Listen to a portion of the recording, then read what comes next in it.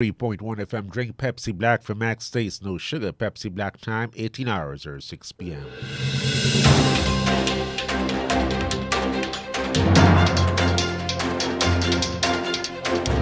The news from Guyana, the region and the world.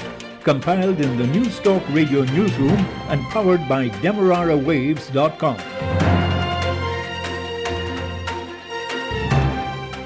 The news at 6 comes to you with the compliments of Kentucky Fried Chicken, KFC. With the news at this time, I'm Dennis Chabrol. Good evening. First, the highlights.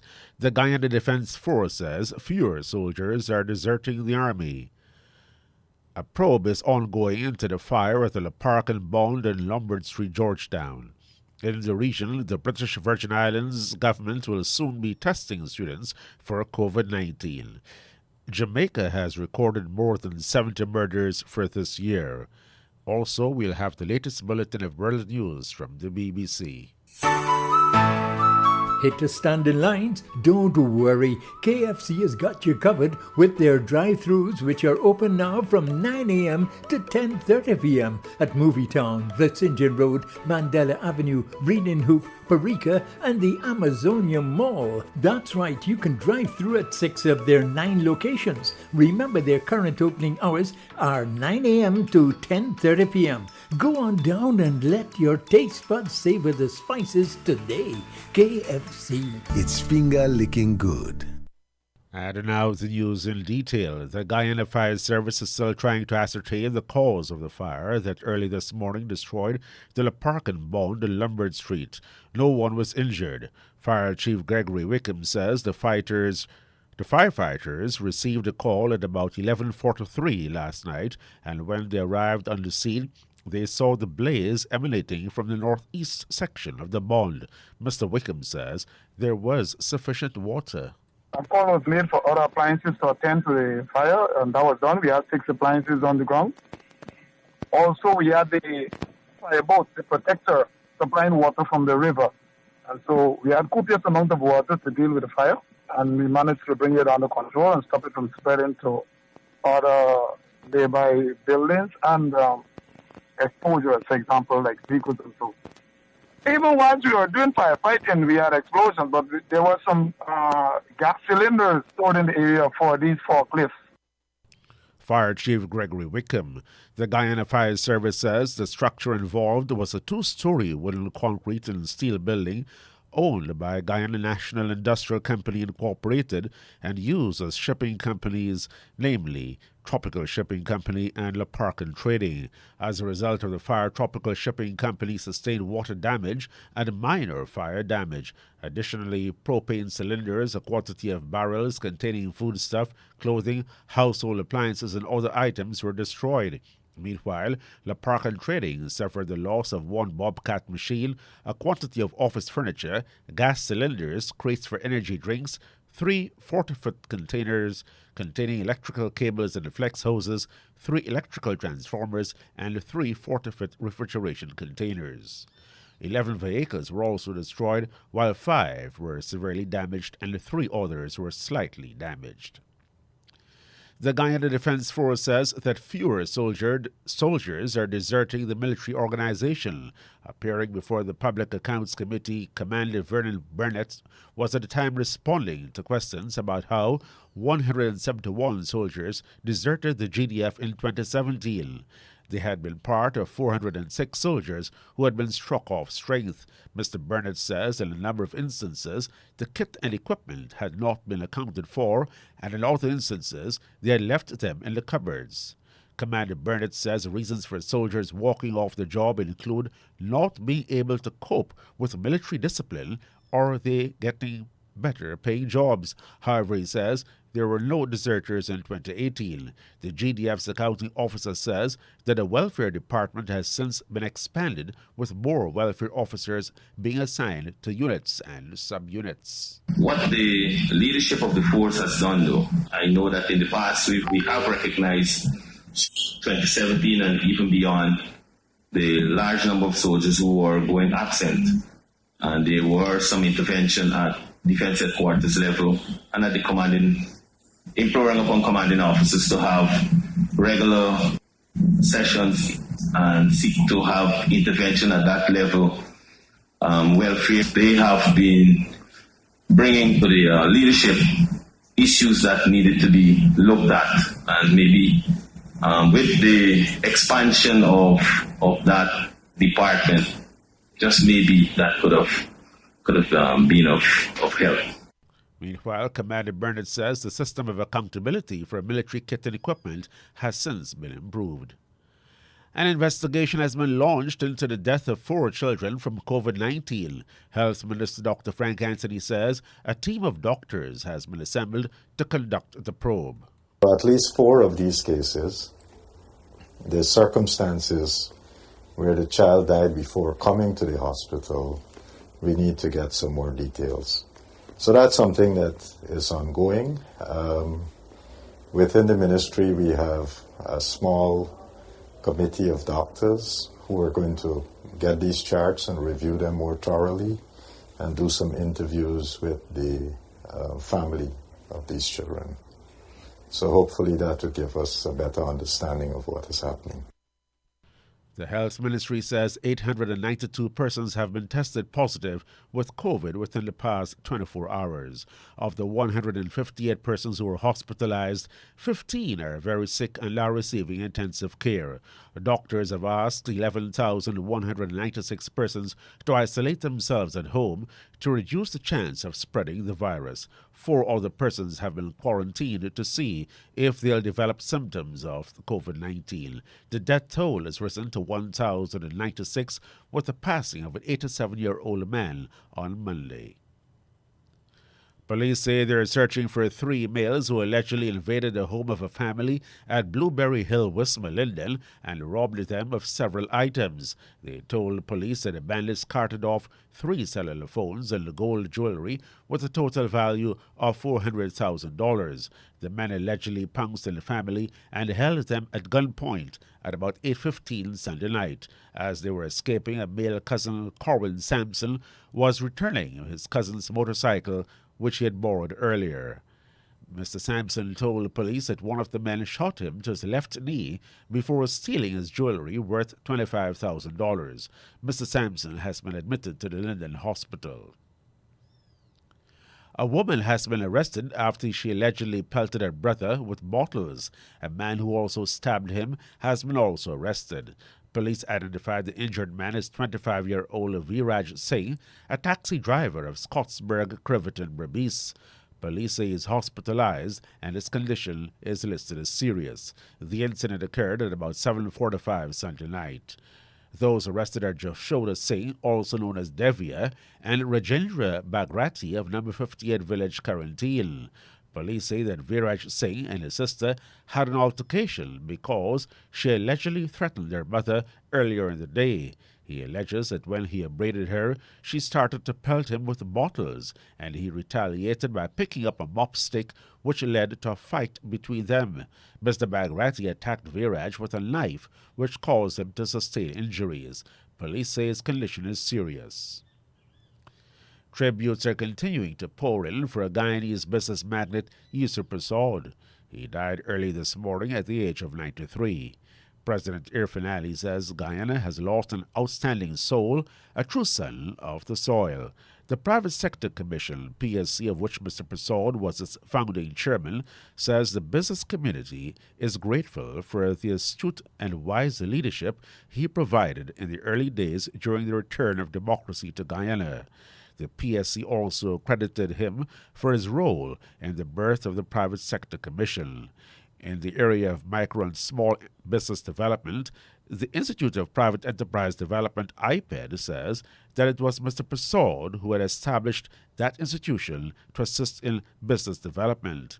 IPED says that Mr. Prasad has left behind a sustainable organization and with a network of almost 5,000 small and micro enterprises that are themselves sustainable.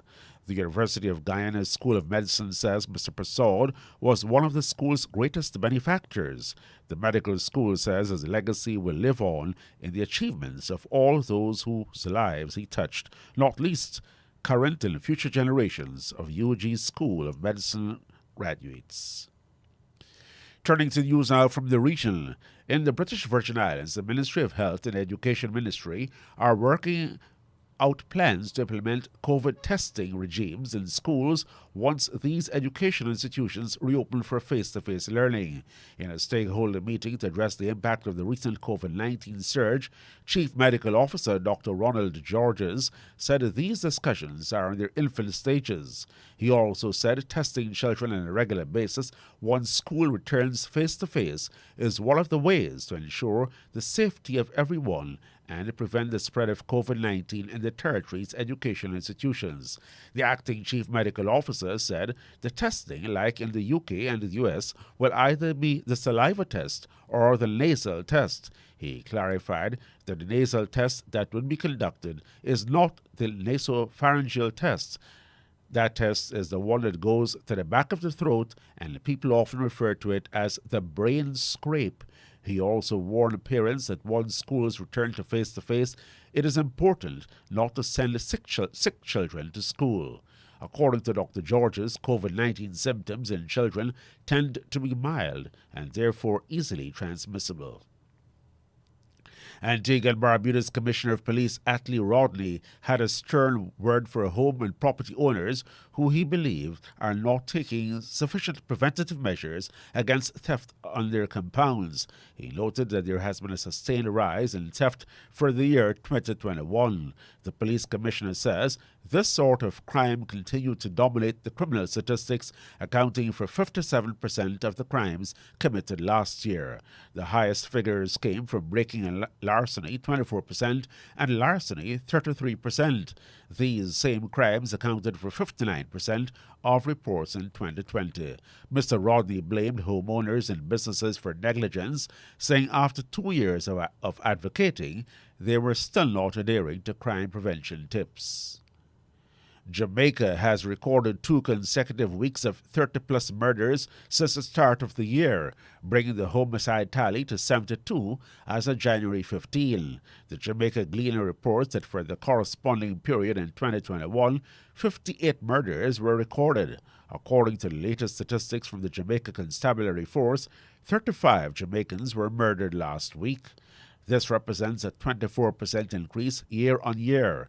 For the first week of 2022, the Jamaica Constabulary Force said 37 murders were committed. Additionally, 35 people have been injured in shootings since the start of the year. For the corresponding period in 2021, 48 persons were shot and injured. Other serious crimes like rape and break-ins have recorded a decrease. We now go to the BBC World Service for the latest bulletin of international news. Hello, this is Fiona MacDonald with the BBC News. The UAE has accused the Houthi group in Yemen of carrying out an attack in which 3 people were killed in an explosion of fuel tankers in Abu Dhabi. The Houthi military spokesman said it used 5 ballistic missiles and a number of drones. It's threatened further attacks. Our Arab Affairs editor, Sebastian Usher, reports. The UAE Foreign Ministry has said it reserves the right to respond to what it's called a terrorist attack by the Houthis. 2 Indian men and a Pakistani man were killed by an explosion in an industrial zone in Abu Dhabi. 6 other people were injured. The local police say that traces of what could be drones have been found at the site. The Houthis have claimed attacks on the UAE before. This latest incident comes not only as the Gulf state has mainly pulled out of the Yemen war, but also as the UAE has been involved in efforts to defuse tensions with Iran, which backs the rebel movement. The UN chief has told a virtual forum in Davos the world must confront the pandemic with equity and fairness. Antonio Guterres said the last 2 years had demonstrated a simple but brutal truth. Leaving someone behind leaves everyone behind. He said failure to implement mass vaccination led to new variants and further disruption to economies. Britain is supplying Ukraine with short-range anti-tank missiles as it faces a Russian build-up of about 100,000 troops on its border. The Defence Secretary Ben Wallace said a small team of British troops would provide training. Here's Jonathan Beale. Dozens of British troops have been in Ukraine since 2015 to help train their armed forces. But the Defence Secretary Ben Wallace told MPs that in light of the increasingly threatening behaviour of Russia, Britain would now also be providing a new security assistance package to bolster Ukraine's defences. The UK, he said, is to give Ukraine an unspecified number of light anti-armour weapons. He said a small number of UK military personnel would also be sent to Ukraine to provide short-term training on those tactical weapons. Kenya's largest teachers' union will ask its members to stay away from schools in the Rift Valley following a surge of bandit attacks in the region. Our Africa editor Mary Harper reports. Kenya's National Union of Teachers says the government must do more to guarantee their safety. Although much of the violence is related to livestock and grazing rights, schools have not escaped. They've been raided by bandits and students have been injured. A video of children scrabbling to hide under desks as gunfire rent the air has gone viral, adding to the sense of panic. The government now says it'll deploy 2 police officers to each school to guard the teachers and children. You're listening to the latest world news from the BBC. Britain's Culture Secretary has announced she's freezing the BBC's licence fee, the main source of funding for the organisation, for the next 2 years. The fee, paid by viewers to watch television or stream live broadcasts online, will then rise in line with inflation. The BBC called the decision to freeze the licence fee disappointing. Scotland has awarded offshore wind farm contracts that will see a doubling of Europe's current offshore electricity generation over this decade. The 17 projects will have an output of 25 gigawatts, a third of Britain's installed capacity. They'll use fixed and floating wind turbines. The Scottish Government said it was a huge boost to green energy and jobs. The United Nations says there's been a distress signal from an isolated low-lying group of islands in the Tonga archipelago following Saturday's massive volcanic eruption and tsunami. It said the distress beacon had come from 2 small islands, Fonoi and Mango. Tonga remains virtually cut off from the rest of the world due to a damaged communications underwater cable. Surveillance flights from Australia and New Zealand reported significant damage in the capital.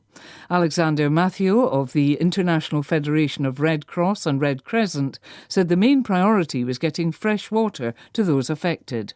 We can be fairly confident that the combination of ashfall and the tsunami waves will have caused water contamination. So we imagine one of the greatest needs is to provide water purification and clean drinking water. We imagine that is priority number 1, actually, because of the ashfall. A group of scientists and policy experts have warned against the use of planetary engineering to reduce solar radiation as a way of keeping the Earth from overheating. The 60 signatories say techniques such as seeding the atmosphere with reflective particles to reduce sunlight levels could have unforeseen consequences. And that's the news to the moment. KFC Delivery is now available from the Amazonia location. For shore-based Little Diamond residents, call 632-0533, 632-0533, 6080162, 6080162, or 503-3591, 503-3591. That's KFC's delivery service from the Amazonia location. KFC. It's finger-licking good. And now a recap of the highlights. The Guyana Defence Force says fewer soldiers are deserting the army. A probe is ongoing into the fire at the Le Parc and Bond in Lombard Street, Georgetown. In the region, the British Virgin Islands government will soon be testing students for COVID-19. And Jamaica has recorded more than 70 murders for this year. The news came to you with the compliments of Kentucky Fried Chicken, KFC.